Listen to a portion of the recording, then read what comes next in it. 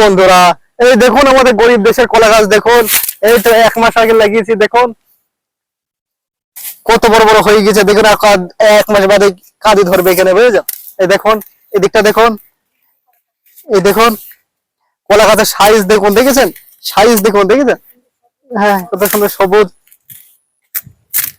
আচ্ছা, এদিকে এসে দেখো,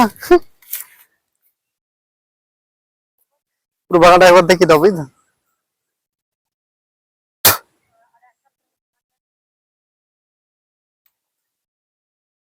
এই যে আমাদের এখান দিয়ে পানি দেওয়া হয়, এই যে নালি, এই যে গোড়ায় চলে আসে। দেখুন কলা গাছের সাইজ গুলো দেখুন। এটা হচ্ছে বিটাশালি কলা গাছ, ঠিক আছে?